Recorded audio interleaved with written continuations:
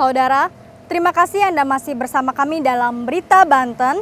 Bagi Anda yang baru saja bergabung, kami hadirkan kembali 3 berita utama hari ini.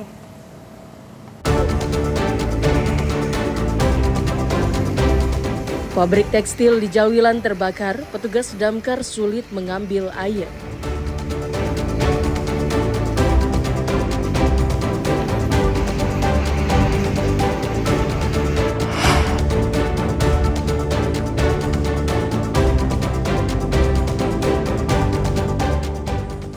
Puluhan tahun menabung, tukang pijat di Lebak naik haji.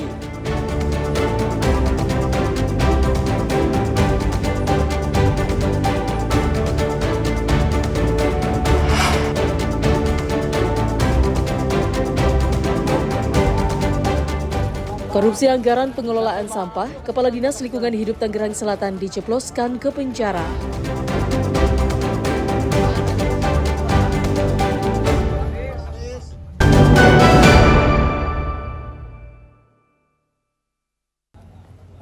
Setelah penetapan tersangka Direktur PT Ella Pratama Perkasa, Syukron Yuliadi Mufti karena kasus korupsi 75,9 miliar pengangkutan sampah, kini Kepala Dinas Lingkungan Hidup Kota Tangerang Selatan, Wahyu Noto Lukman, menggunakan rompi jingga dan langsung dimasukkan ke dalam mobil tahanan Kejaksaan Tinggi Banten.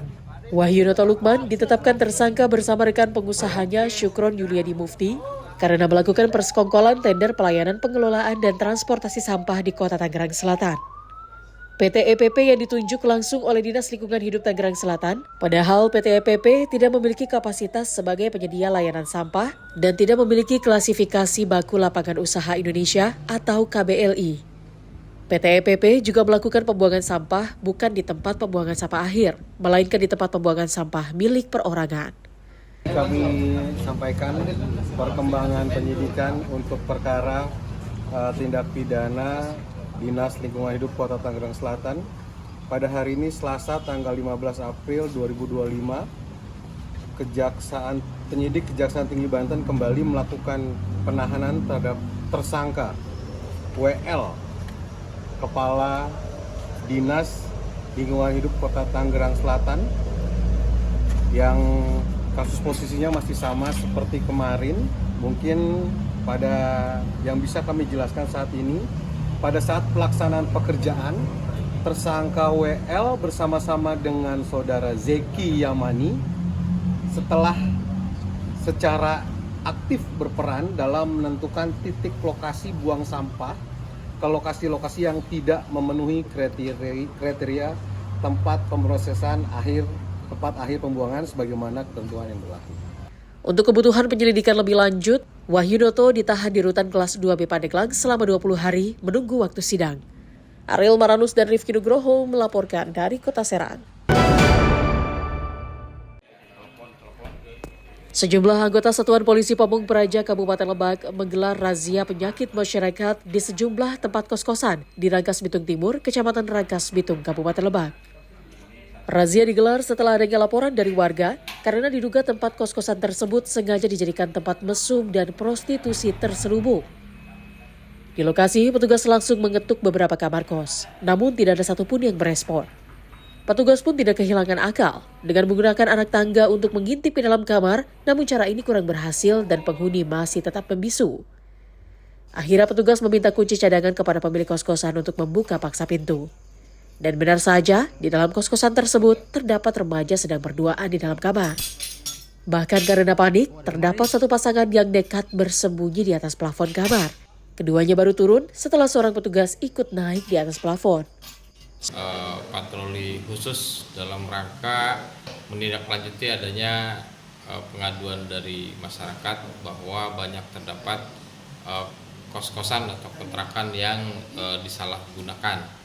Di satu tempat kami tidak menemukan adanya para terduga ataupun orang yang memanfaatkan kamar kontrakan untuk perbuatan asusila. Namun di satu tempat lagi kami menemukan ada 9 orang terduga yang kami periksa dan kami bawa di kantor ini. Nanti hasil pemeriksaannya tentu akan sampaikan lebih lanjut setelah pemeriksaannya selesai, kami laporkan. Selain dilakukan pendataan, petugas juga akan memanggil orang tua dari remaja yang terjaring razia. Ariel Maranus dan Zajiwa Pratama melaporkan dari Kabupaten Lebak. Sejak beberapa pekan terakhir, harga emas di pasaran terus meningkat. Bahkan saat ini, 1 gram emas antam hampir menyentuh angka 2 juta rupiah. Naiknya harga emas ini dimanfaatkan warga untuk membeli, karena banyak warga yang memprediksi harga emas akan terus meningkat.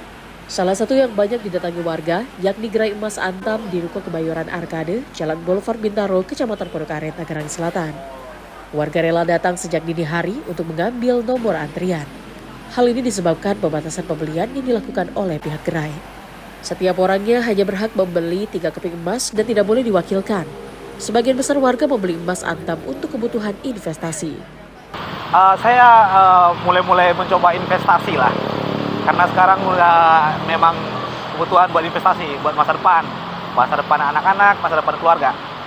Sebenarnya dari manajemennya dibatasi karena mungkin overload apa gimana, kebutuhan lagi banyak pengeluarannya kan. Jadi kita dikasih kesempatan itu 1 orang itu 3 keping, tapi bebas gramasinya berapa aja. Ya, di jam 4.